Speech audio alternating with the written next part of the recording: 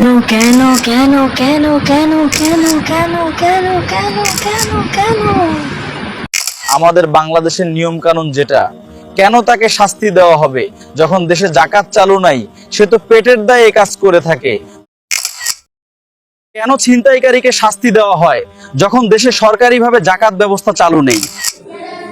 দেশে যখন সরকারিভাবে যাকাত চালু নেই, তখন কঠোর পরিশ্রম করে পারিশ্রমিক না পাওয়ায় কেউ যদি কিছুটা হতাশ বা ক্ষুব্ধ হয়, তবে তাকে কেন শাস্তি দেওয়া হয়? কেন চাকরির অনিয়ম করার কারণে শাস্তি দেওয়া হয় যখন আমাদের দেশে সরকারিভাবে যাকাত ব্যবস্থা চালু নেই? কেন ছিনতাইকারীকে শাস্তি দেওয়া হয় যখন দেশে সরকারিভাবে যাকাত ব্যবস্থা চালু নেই? কেন চাঁদাবাজির জন্য ব্যক্তিকে শাস্তি দেওয়া হয় যখন দেশে সরকারিভাবে যাকাত ব্যবস্থা চালু নেই?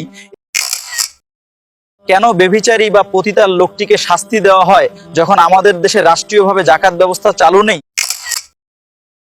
ডাকাতকে শাস্তি দেওয়া হয় দেশে যখন সরকারিভাবে যাকাত চালু নাই?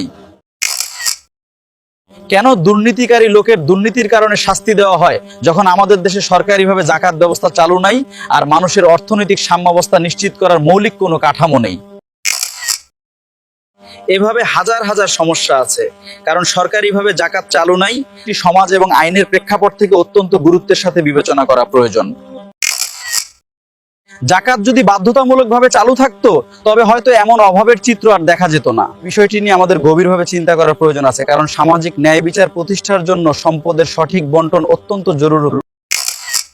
সর্বশেষ কথা হলো, দেশে যখন সরকারিভাবে যাকাত চালু হবে, তখন আর থাকবে না অশান্তির কোনো কারণ। এটি একটি সুদূর প্রসারী সমাধান যা সমাজের সকল মানুষের জীবনে শান্তি বয়ে আনবে। এটা একটা অরাজনৈতিক সংগঠন ও প্রতিষ্ঠান। আমরা প্রশাসনিক ঘর বাড়ি গ্রাম ইউনিয়ন উপজেলা জেলা বিভাগ ও দেশ চাই। আমরা শান্তি ও শৃঙ্খলার দেশ গড়তে চাই।